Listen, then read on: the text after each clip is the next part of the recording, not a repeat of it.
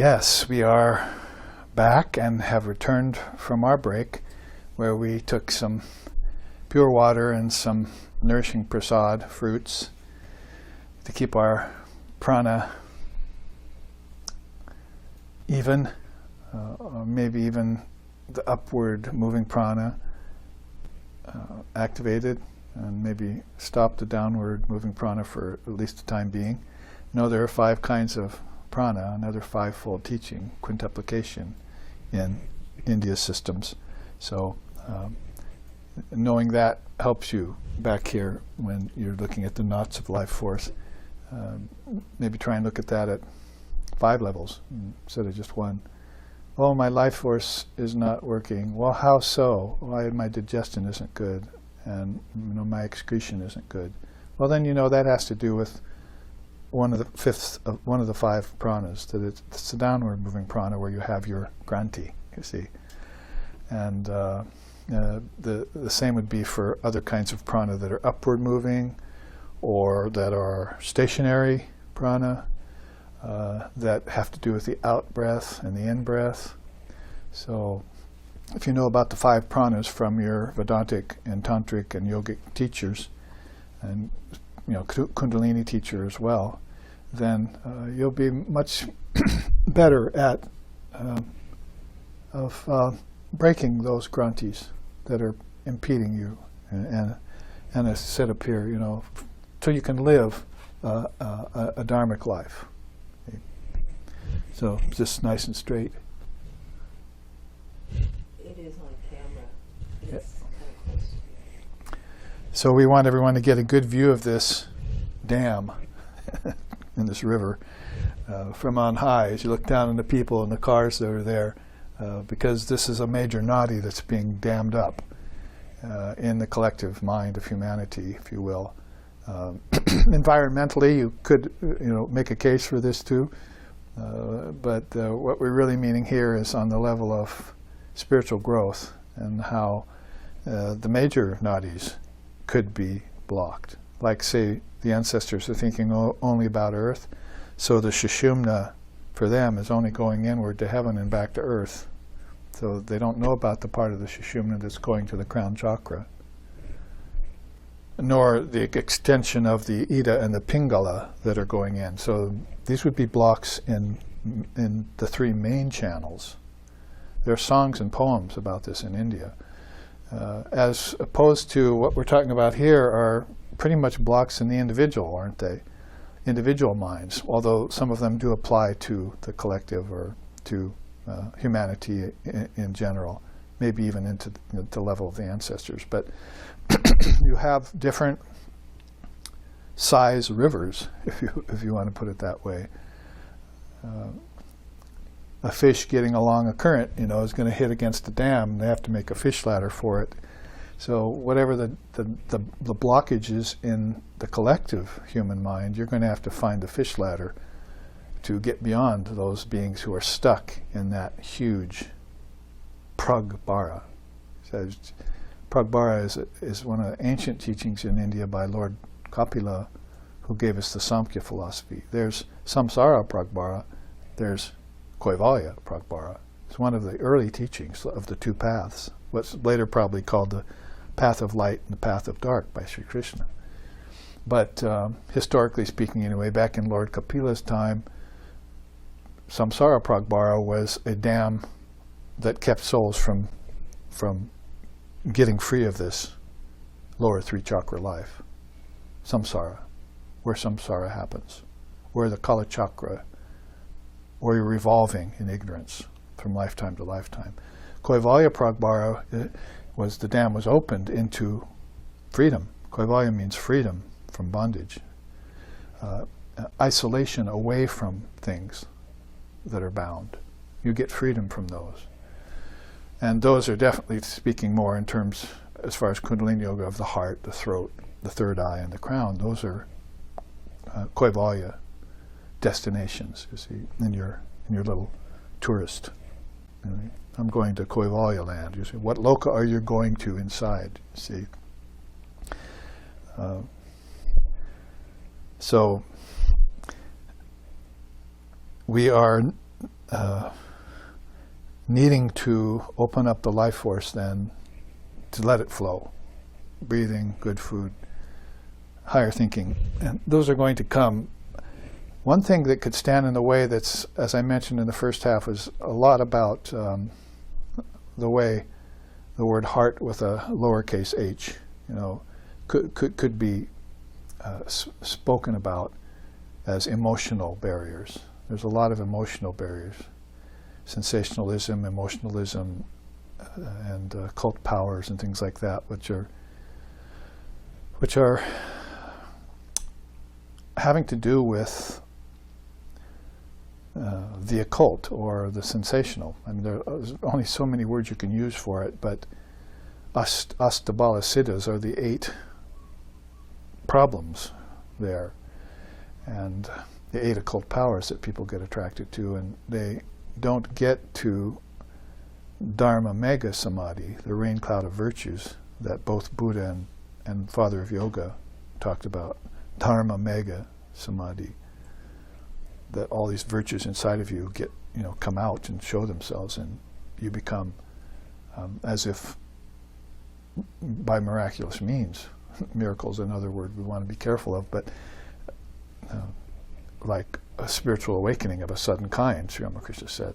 There was nothing to speak of the change that happened to this person almost overnight. All of a sudden, there was this radiance coming off of them that people didn't see before.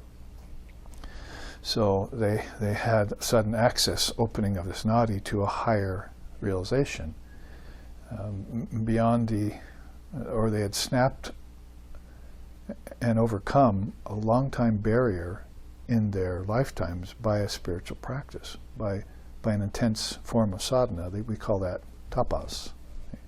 Well, I think I'll tapas the bhaga, I think I'll just take that and shine a laser on it and get rid of it. I don't need this anymore, kind of thing. Only you do it with practice, not with affirmation. Oh, I'm illumined, I'm illumined, I'm illumined. So, what Krishna said about that kind of person, that you can cut yourself on a thorn bush and then say, burn bush, burn. You hurt me, But just saying burn bush, burn will not do anything. You have to go get some wood, probably some gasoline, light that bush and burn it so it'll never cut you again. So the difference between affirmation and practice. Whatever's there, you have to yourself go and take it out. You can't just wish it away. And so that's another problem in the emotional heart. We think we can wish things away. We even think we can pray to God and convince God to do things for us, when God has nothing to do with our actions. God is in action, and we never learn that lesson. In order for us to realize God, and the seers have proven this to us, we have to become actionless. That's called meditation, by the way, and its goal is samadhi, which is transcendence. So these are centers that are never reached by most people. These are unpopulated roads. These are nadis that don't have very many wayfarers on them. You see, it's the flight of the alone to the alone. That's how the Upanishads talk about. So if you open up these higher centers, you're not going to see many souls on them. When you're walking those skies, as Lord Vashishtha said to Ram, the young avatar, in early times, when you're walking those skies, it's the flight of the alone to the alone. Most people are clustered down here, most beings, souls, in the first 3 chakras, and then quite a few have made it to the heart. And that's a beautiful place.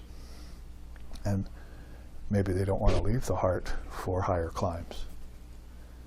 It'd just be like somebody enjoying bliss and then saying, is there something beyond bliss? See, the bliss of the heart, dancing, singing, seeing the form of God.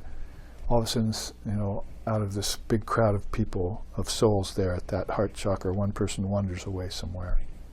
I'm going on a journey. So, flight of the alone to the alone means moksha, mukti. Kaivalya, as I just said, satori in Zen, asampragata in yoga, nirvikalpa in Vedanta, nirvana in Buddhism, fana in Muslim religion.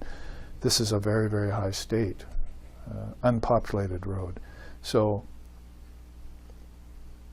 and road, or maybe two roads, you see, one going in, one going out. So it's like a mountain pass. You found your way to the raised valley, a verdant valley, you see, of consciousness, where people were dancing and singing in bliss, but you see a mountain and you just have to go climb it. So you take a mountain pass, very narrow and very few people on it. You might see a soul coming the other way, coming down to help the earth, and you have to like nudge around each other so that you won't fall. So using metaphors, we try and describe these nadis, or these pathways inside, and what blocks a lot of these that are at the level of emotional heart would be love-related insecurities. People are living lifetimes over and over again, loving their ancestors, loving their parents, loving their friends in various ways. Probably on this plane of existence, or in the lower chakras, not with any real authentic love. We call that selfless love, and that's how you can't even pray to God, as I was saying, with the idea of getting something out of the prayer, because, as we said here, Mother's not going to accept bribes. She wants you to do the work, and she won't come into the shoe of your body with spiders in it. You have to open up these nadis and purify, tapas, various practices you do, and you have to keep it up day to day to open that pathway. Keep your machete out on this planet and use it every day. So practice or sadhana is going to be the qualifier there, and lack of using that gives you, well, as Holy Mother said, love is just a word on this earth. People use it glibly, Sri Ramakrishna said. They talk about love glibly. Even love of God, they use it in a rather, compromised way. Oh, I love God so much, but they don't act at all like they love God. Sri Ramakrishna loved God, and his whole life reflected that. Just read the gospel and you'll see a God-intoxicated person. So, unrequited love is a kind of a famous expression that's in one of the songs of early of our times here, unrequited love. So you get betrayed, and you thought the person loved you, and you thought you loved the person, and it didn't work out that way, did it? And that gives you a heartache, and that gives you a mind impression. From the heartache to the mind, you remember how you were betrayed. And I don't have to go into it in depth. Maybe to explain it will help people who have heartaches right now, and maybe help understand their own actions and the actions of others, and be honest with themselves, and keep themselves safe and honest, forthright, righteous in the way they use this word love. But in the West right now, with all the hanging out of dirty laundry, as they say, which the media got on the bandwagon with, and people, scandal mongering and pointing a finger at others and fault finding, was just some of the things that Holy Mother, waved her finger at. You don't want to engage in that at all. Try and look at the good in people, because a person might have done me 1,000 acts, and 999 of them were not good for me, but one of them was good, so I try and remember him for that one good act. Now there's a practice of tapas on the level of the emotional heart. You build up an immune system at the level of the emotions, so you can live through those experiences and go on and learn from them, because people live through things, but they build up calluses. But to live through that without a callus is called forgiveness. And there are practices that you can do for all of these, body, prana, emotions, that are religious and philosophical in nature. Chanting the names of the Lord. If you're thinking about God, then the person who betrayed you might come and join you sometime. You're opening up a nadi for others. And you're not thinking about vengeance or spite or the things that can happen, which again will form nadis. More nadis on top of that one. It's called a samskara and a samskara skanda. It's like Sri Ramakrishna said, you cut, heal, cut again in the same place, heal, cut again in the same place, heal. And pretty soon there's just 3 or 4 layers of scar tissue there from healing. You heal, but you've got, why did you do that so many times? And he's talking about the mind, not the body, by the way. So he's talking about what we're getting to here soon, knots in the mind, or like cuts from experiences you had from the heart, which were caused because your prana wasn't pure and flowing, which was caused by, not even having your body healthy and ready for the path. Come to this earth ready to try and realize God inside the body. It's called Jivan Mukta. It's a great challenge. Some people take it on purpose. You're going down there? Yes, but I'm going down there to show others how to do it, and to do it maybe for the first time myself. I'll probably fail. It's very hard to do in the body to get liberated.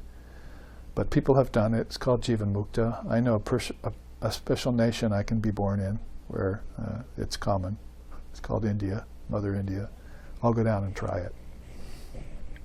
And if I don't succeed completely, I'll break a lot of nadis on the way.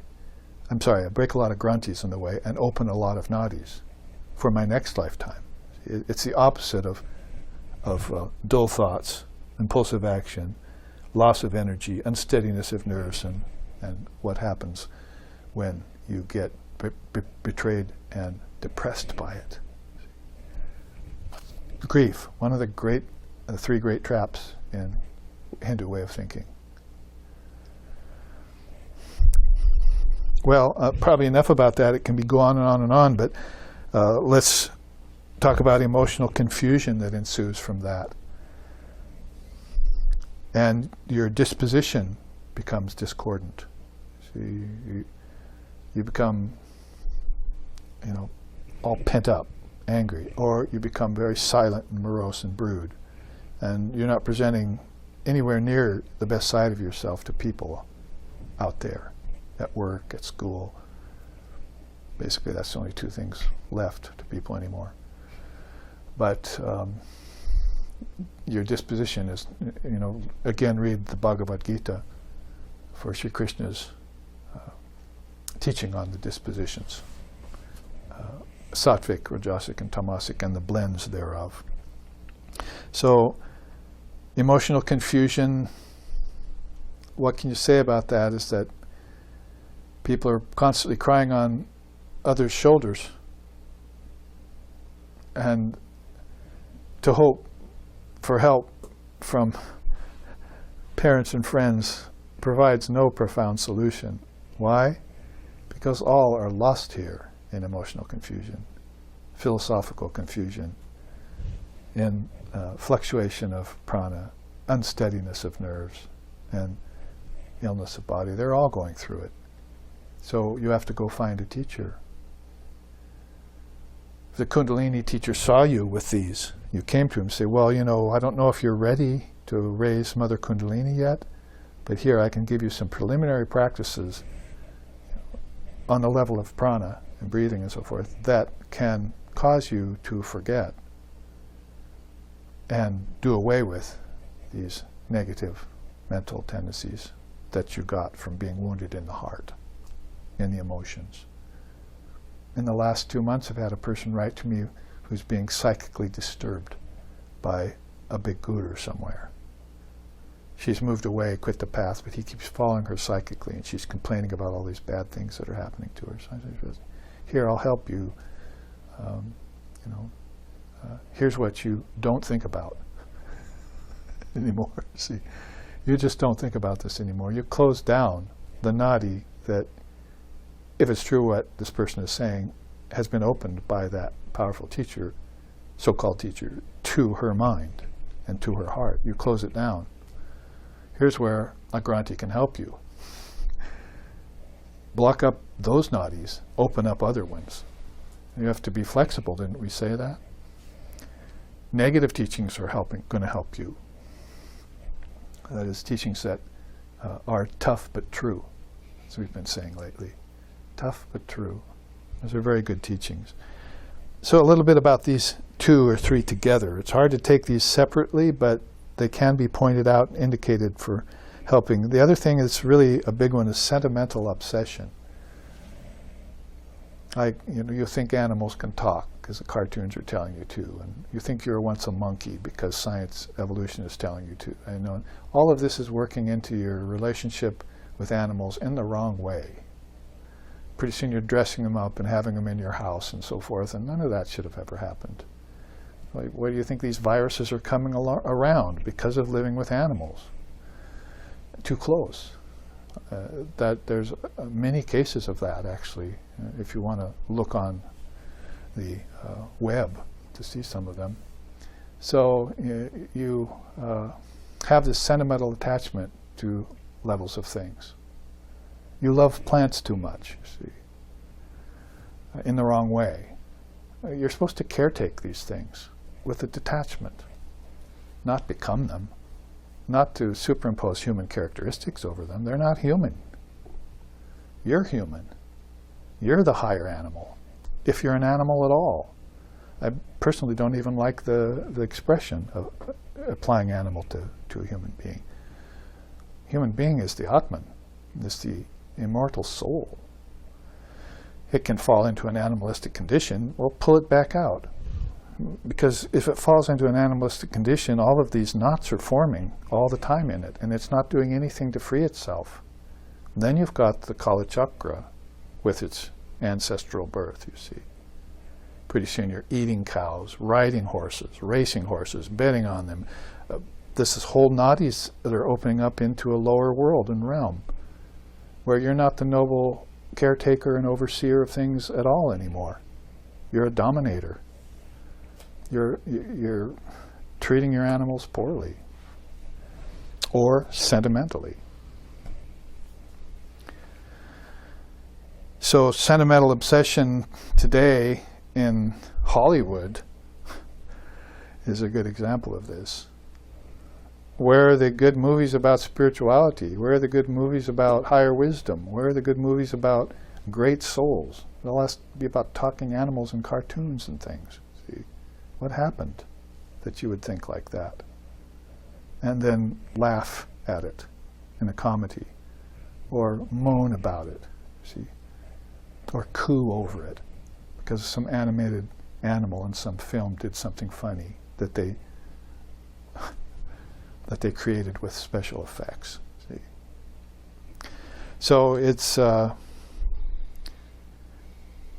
something that you have a right to look down your nose upon and give up. See, get rid of that sentimental obsession and become noble. Become a true human being. Love God first and foremost. Then you'll take care of all of the subhuman species the way you should be doing it. There are other directions to go with sentimental obsession, because people have sentimental obsessions with each other and they can't let go. Even in the worst marriages, people can't let go of the husband or the wife. I've had a case of that just last week. Oh, we finally parted. Well, I told you to do that 5 years ago, that it wasn't healthy. Yeah, but we parted, and I had to do it. It was bitter and horrible, and now I can't think of anything except her. I parted from someone I didn't like, but now I've got an obsession with this person that was never good for me. So it's like somebody went to Swami Vivekananda once and said, this is everyone should be happy. He said, no, you don't understand about this world. There's as many people born here to suffer as there are to be happy. It doesn't mean that they've only just fall into suffering because of their karma, which is the way you could go with that. but he actually means that they actually chose to be born on earth to suffer. They wanted that. Well, there is a positive, tough but true side to that, but there's also a negative side to that. And sentimental obsession is the negative part of that. You could be born to suffer for others. That's not a bad thing, is it? Probably not that good for the poor person who has to suffer, like the savior or the avatar. But flexibility again. You need to see this with practical eyes. And here's your most practical eye, the third one. When you raise your Kundalini and open this inner eye of wisdom, as the song sings, then Kula Kundalini has come from the deepest depths and is rising to the highest heights, and she's taking your consciousness to the most lofty position. I am transported in ecstasy, the song sings. Speaking of songs, it reminds me of a song about Kundalini. Manavarana Shashana Ankushahe Naratrana Tarihara Chakshushahe Gunagana Parayana Devagane Guru Devadaya Karadina Jane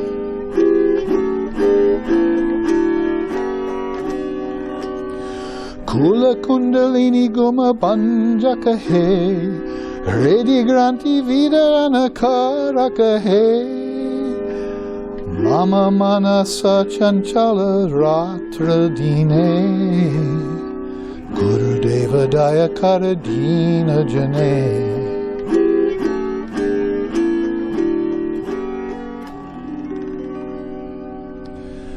This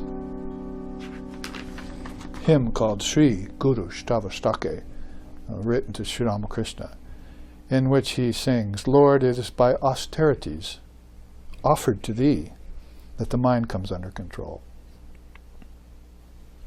You embody yourself on earth to show us the way. Even the gods and goddesses praise you with divine hymns. O divine teacher, kindly bestow compassion on thy humble devotee. The next verse goes on, the powerful spiritual force at the base of the spine awakens at thy touch. And the bondage of desire disappears when you grant detachment and discrimination. But my mind remains restless despite these supreme blessings. O Teacher Divine, kindly shower compassion on thy humble devotee.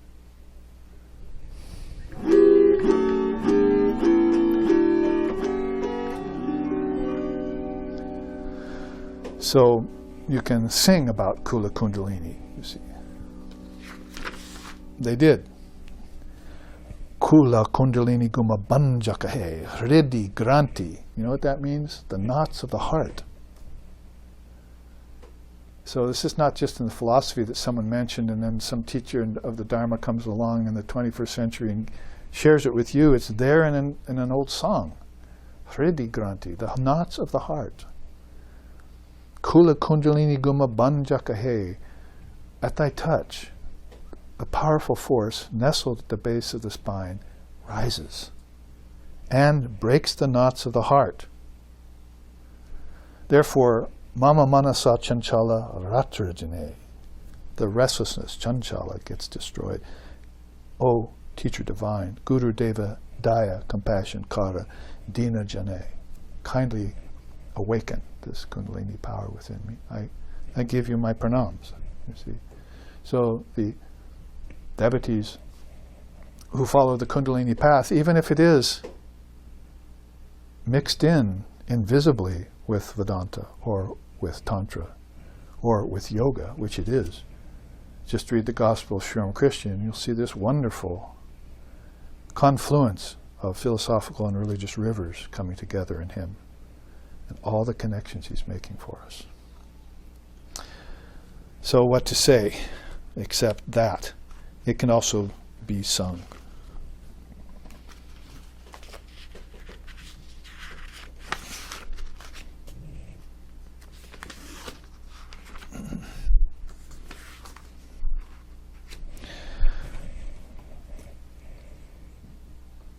all of that really around these first four. Like I say, very hard to leave them unconnected. You can specify and zone in on each one of these. Now the next one is passion-based agitation. I think because these passions are unbridled or confused, agitated is another word for that. It all comes basically from the prana. So the knots of the heart really are, if not coming directly from, in many cases, they're being caused by the knots in the prana.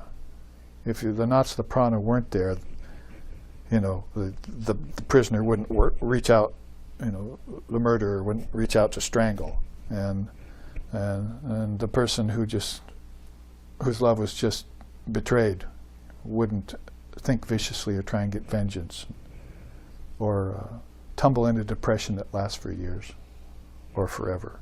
Come back with a samskara for hatred of the opposite sex in his next lifetime or whatever, which could cause many things. Don't get me started.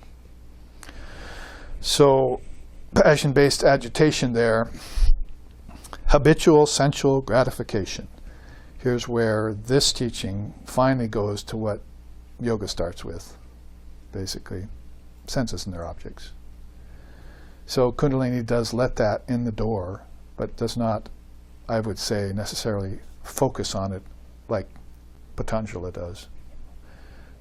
That really, in Father of Yoga's time, the scene had become in control of the seer, is how he put it. So that's a backwards, cart before the horse thing. So you have to reverse that. The seer has to become master over the scene, or else it's obscene. So we should have done that with modern science when we found out that objects had particles. We should have remained the master, but what we did was we gave ourselves away to the object again. Again we did that. We had a chance to prove to ourselves that everything was empty. But instead we went to greed, selfish grasping, getting more money out of the thing, out of our science, out of the wisdom that Mother gave us when she rose in the scientist, and gave him the wisdom and the instruments to create an electron microscope to look closer at the physical. Talk about betrayal. You're betraying her, and you're betraying you, and you're betraying your society by getting them more obsessed. As the word is there, you see, more obsessed with physical objects, and therefore not interested in what's within you, your true self, your Buddha nature.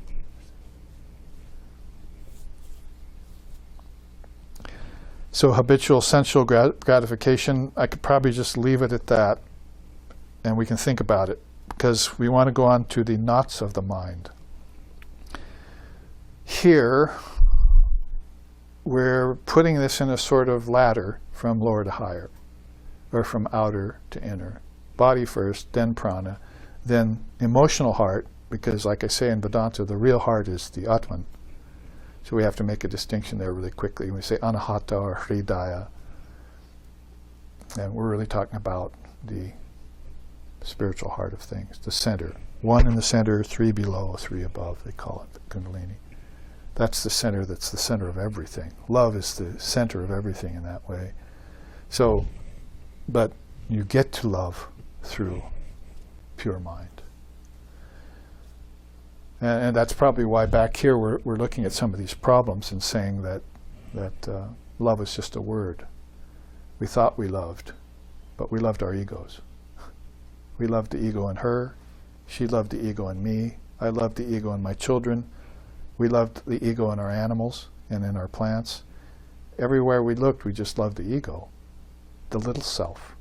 And we never learned the lesson that the great self is the only truth, is the only real. That's why you come to Vedanta, and the best thing about Vedanta with that sword that's coming down, because by that time Mother's already risen to a level of consciousness where she's giving you a tool that can cut away all nadis. I'm sorry. Well, yes, they will cut away all nadis, but it'll cut away the granthis first. Then you can transcend the nadis.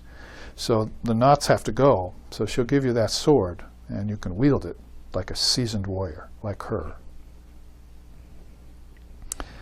So in that way, you're getting rid of the ignorance of the mind so that you can appreciate love. Otherwise, love is going to be distorted.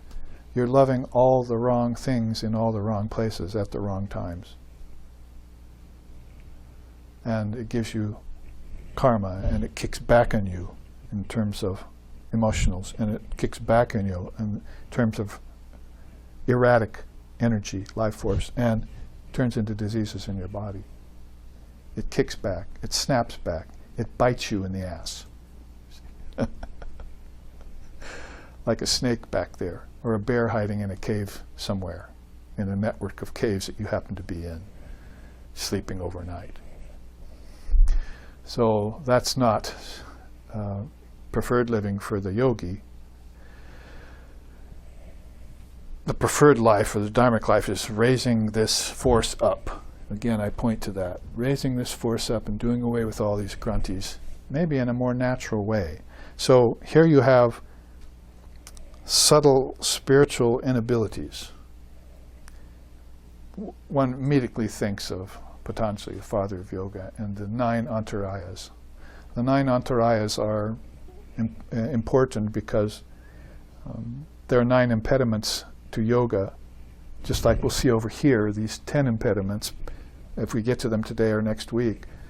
9 impediments in yoga are 2 physical, 3 mental, and 1 philosophical, and 2 spiritual.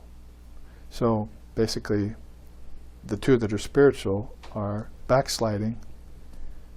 So you try and take 1 step forward, but you're always sliding 2 steps back. So you haven't got that steadiness and that straightforward yet.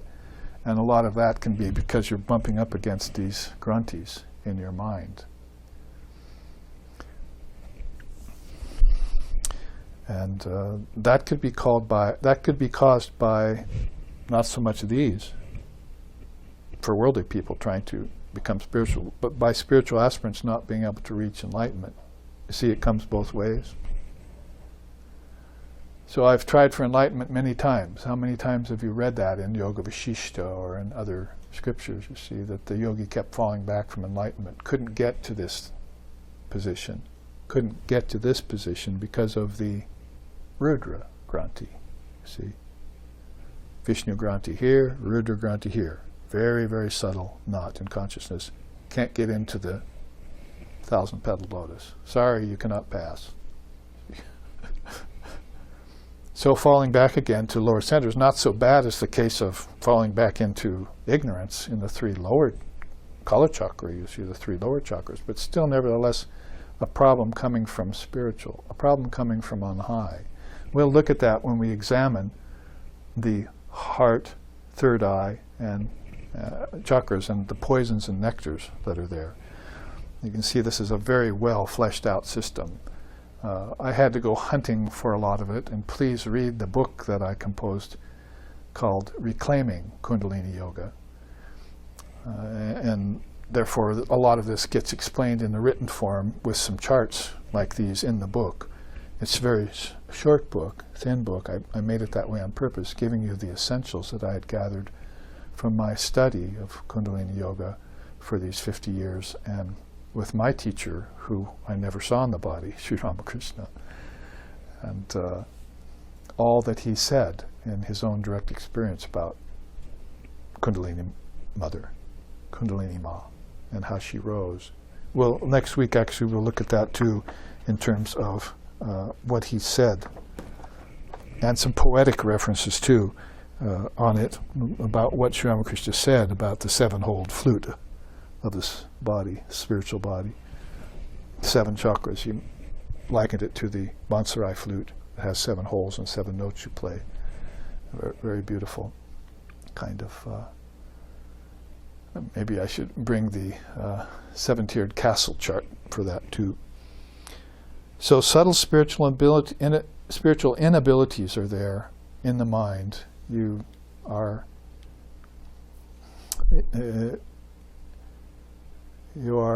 they are recurring in you, causing you doubt again and again. Maybe I never can make enlightenment. It's like at a baser level, diseases come. See, like again, back to this chart, the yogi reacts to these fears arise when they arise because he thinks that his practice is bringing these problems. In a sense, he's right. You do mantra, it opens up the view, see, to all the poisons that are in you and the nectars. So you can't really enjoy the nectars all that well when these poisons are crowding in on you, you see. So you really have to do the thorough process of purification because there's still spiders in your shoe and you want her to put on finer and finer footwear as that you can provide her, you know, with these absence of these knots and the opening of these nadis, which is your business to do. Again, much like yoga, the philosophical quandaries come. That's Bhranti Darshana. You see how the antaryayas, and when we look at the 7 causes and 10 impediments in Kundalini Yoga, really are systems that played off of each other a lot. Buddhism got a lot into Patanjali's system too, the Dharma Mega Samadhi idea and so forth, and how Nagarjuna and Gaudapada, you know, played off of each other too. The Advaitic school, rather, and the Buddhist non-dual school. It's all really much a concurrence. You see that it's an amelioration. It's a nice word in English. Let's get on the same page here and explain this, because is it really about us and our philosophies, or is it about helping people?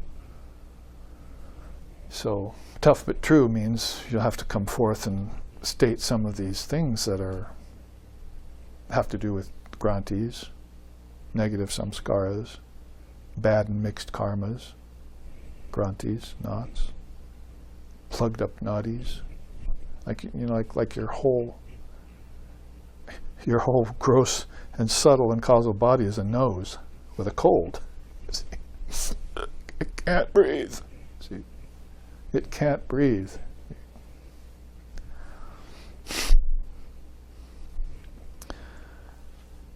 So philosophical quandaries, the word for that in yoga is Bhranti Darshana. Darshana means to see. Bhranti means deluded. So you have your sight is deluded. So this third eye is not seeing properly.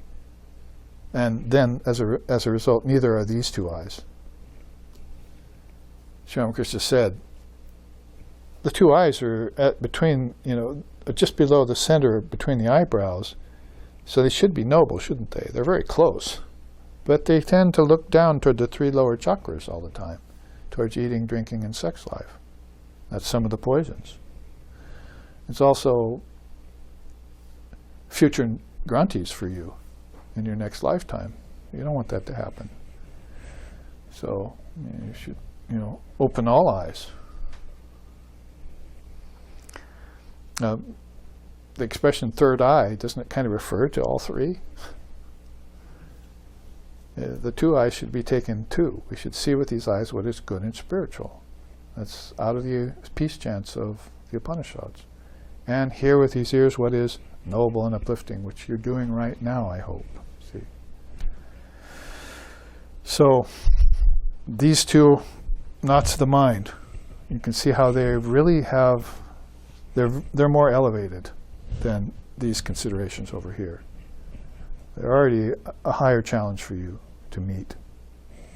Grantis was subtle in nature, which you're going to have to use subtler powers in your sadhana for. That's why you need her with her sword. Ego-based fears and doubts. I think we kind of mentioned that already in terms of loving our egos instead of loving God. When people say, I love you, they mean, I love your ego. And you say back to them, well, what about God? And you say, well, I'll love God when he comes to me. And then you say, but will he come into your football game? Will he come into your TV? Will he come into your bowling alley? Will he come into your spider-infested shoe? These are teachings Swami Sheshananda, peace and bliss be upon him, my teacher, told us from the podium when we were with him through the 70s, 80s, and 90s.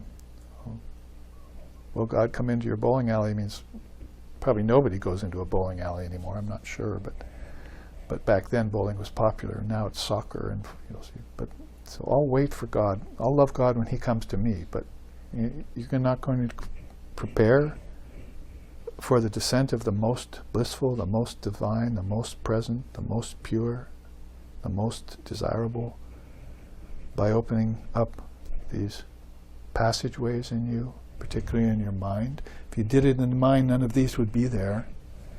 I already repeat that teaching, that they come into this chakra. They're born through this chakra. They're born through this chakra, great teachers. They're born to this chakra, the great devotees. And then they speak to you from those chakras, even if they have to take on a body in these three chakras. Their consciousness will never go to these three chakras, but they might take on a body near you. Sarupya, that's called. In the same world, Salokya, that's called.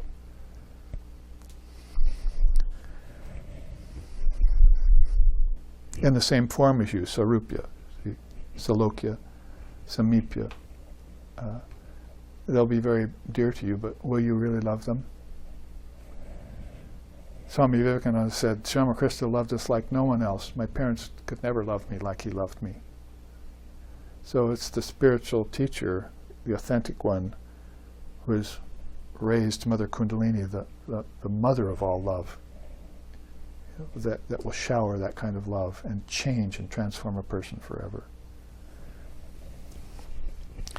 And ego-based fears and doubts, they don't have any place in you anyway, so goodbye.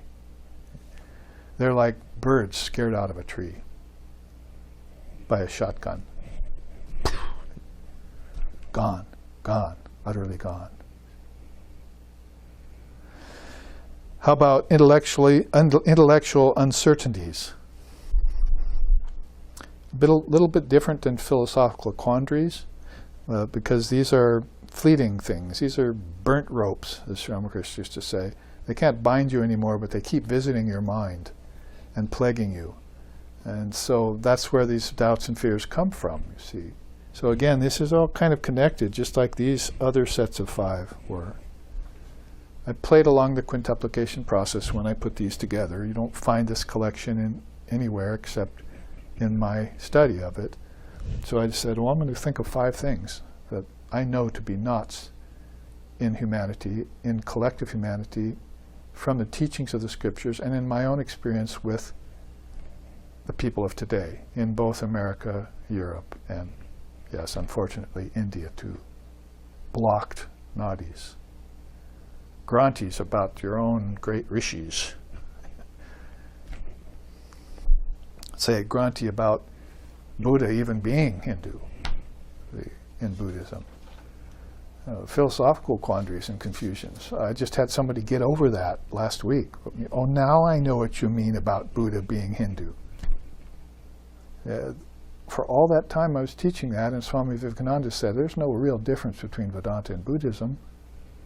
For all that time, people were raised that way, thinking about in terms of separations, and all of a sudden have this nadi open, and this realization dawn that that's one of the greatest rishis of India right there, Lord Buddha. It wasn't Chinese or Tibetan or Japanese. Just like Christ wasn't European with blue eyes and blonde hair. So people keep these superstitions forever based on bad upbringing, religiously and through the generations of parental upbringing. So all of this can amount to fears, doubts, uncertainties that finally turn into complexes. Samskara. There's no word for that, maybe except complex in English. And when you look at complex in Western psychology, it's not based on a past lifetime. Freud and Jung never had a Hindu person on their therapy table.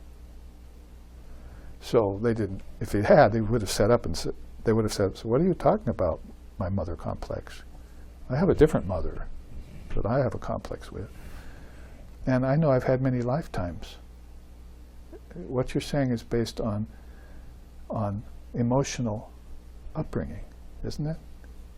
The problems I had with my mother and father, you can trace that right down to your emotional problems and nowhere else. You can't go any deeper with it unless you know the word samskara and unless you assign it to a past lifetime. That I had mothers and fathers before, and they were my children and my daughters and sons before that, and we're just trading places.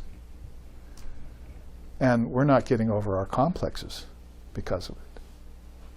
I still look like my parents. I still think like my parents. I still act like my parents. Unless I break through and raise her and transcend my ancestors, I break this Granti, Vishnu Granti. And in the future, I'm going to break this Granti too, with Sri Ramakrishna will help me. I'll have non-dual samadhi.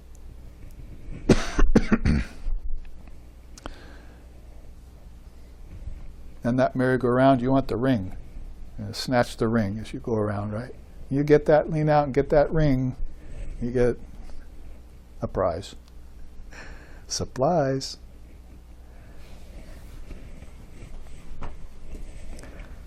So where are we at? Passion-based agitation, mental complexes, those are samskaras, and they can combine over lifetimes. That's a real problem, to get rid of a samskara skanda, a collection of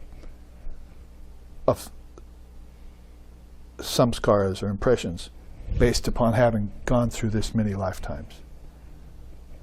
I never broke through the grantis and open nadis that I should have. That's why you have people who have known nothing and think nothing and don't even believe in God. It's a block in the nadis leading to belief in God. What to do? What's to be done with you, as the song said earlier.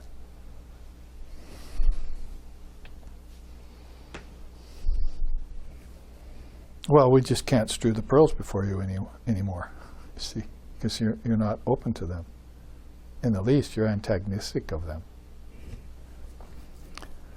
You're a Roman or a fallen Jew at the time of Jesus. You're going to crucify him.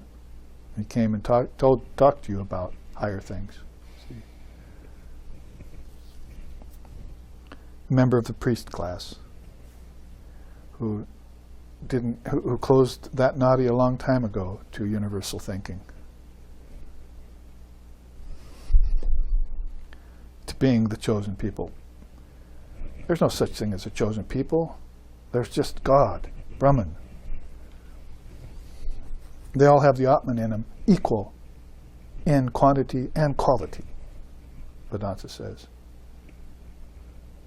Beyond gender, man and woman. The same consciousness, Buddha nature, if you will, in everyone and everything. Now, who do I choose? Am I going to be God's chosen one? Only if she says so. If she chooses you, the game's over. You go beyond all the religions. You want to know a person who did that, then study Swami Vivekananda. And everything he said has been written down in the complete works of Vivekananda. You want a mind transformation that will get rid of all these right away? Just read that collection. And finally, you have, at a good timing here, psychic disturbances. I had a hard time figuring out whether to put that down here with the knots of the heart or up here. But the word psychic just made me put it there under the mind. Because,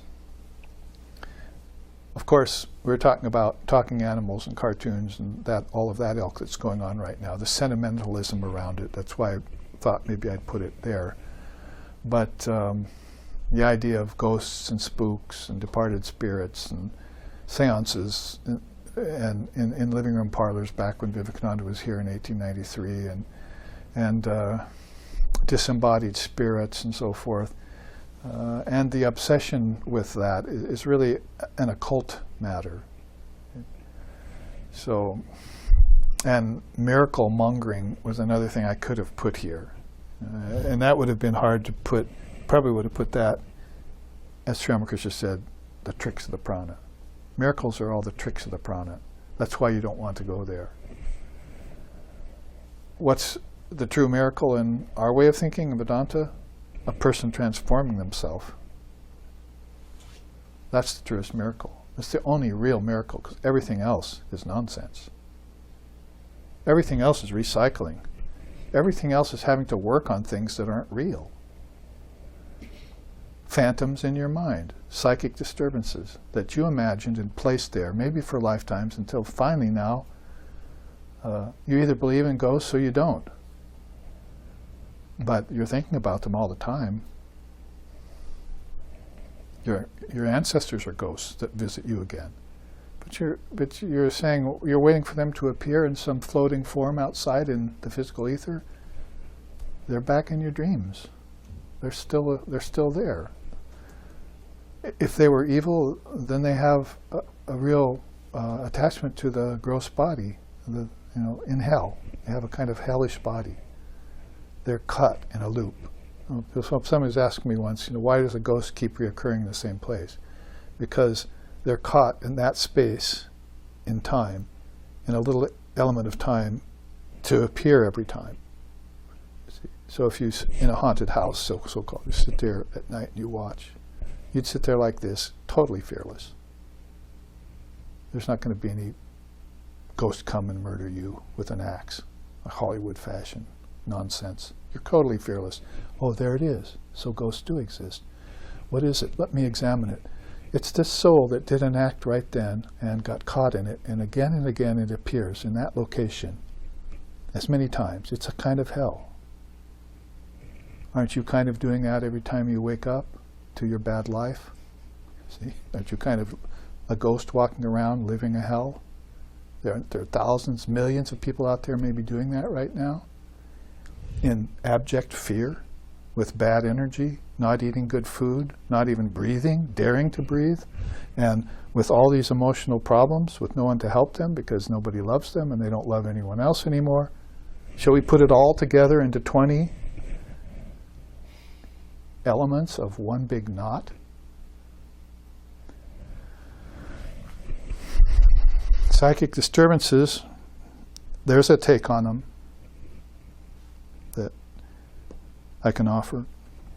The final quote here then, again, as we come to the end of this third class of 4, so next week please show up if you're isolating yourself, which is a good thing actually. Think of it, not as escaping being sick from some virus that's out there, which has happened many times before. Think of it as isolating yourself from the company of work and human beings, because that's mentioned in Sri Krishna's Gita and so forth. The company of men, draw back from that, you see. The habitation of worldly people, stay away from it. See? So here's your chance to do it and get away with it at work, see. And actually break down some knots in yourself, because you can sit there and do that all here, can't you? And watch everything else fall apart, the house of cards, fall out of Maya fall away if you open up the central channel, sing a song, give yourself to her. So next week we'll talk about the poisons and nectars here. Shankara says here at the end, destroy all the knots of your being caused by desire-based actions, internal and external, to the practice and attainment of samadhi. So we put a Advaitic exclamation point upon this teaching of 6 chakras, with its highest chakra between the brow, between the eyebrows, with that quote, and as if to say that desire-based actions were kind of the foundation of this whole 20-tiered problem. Because they asked Holy Mother, said, how can we be free? She said, well, you can be free right away if you satisfy all your desires. So, someone asked her, what should we pray for?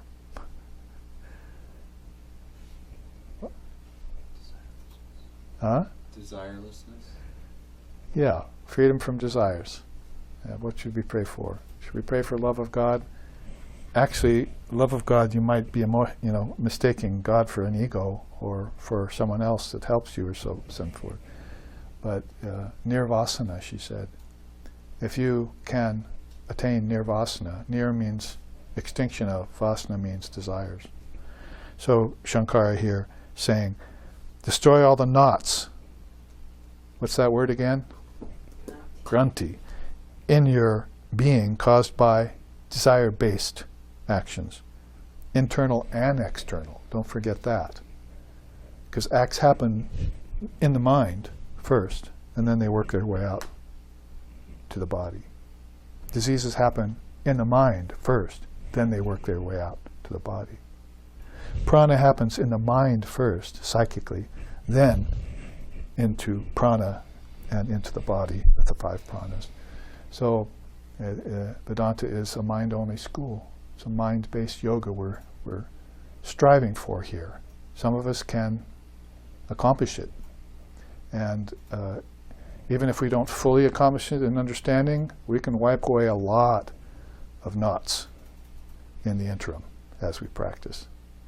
And this is the challenge of life on earth, in the body, for that one who is seeking freedom, called Jivan Mukta, living liberated condition.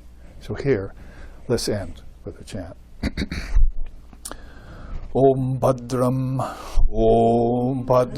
Karnibhihi Shinayama Deva Bhadram Pashyema Akshapirya Jatraha Stirairangayishtushtuvam Sastanuvir Vyashema Devahitam Yadayuhu Swasti na Indra Vrida Shrabaha Swasti naha Pusha Vishwadevaha Swasti nastarksho arishtanemihi Swasti no vrihaspatir dadatu Om Shanti Shanti Shanti.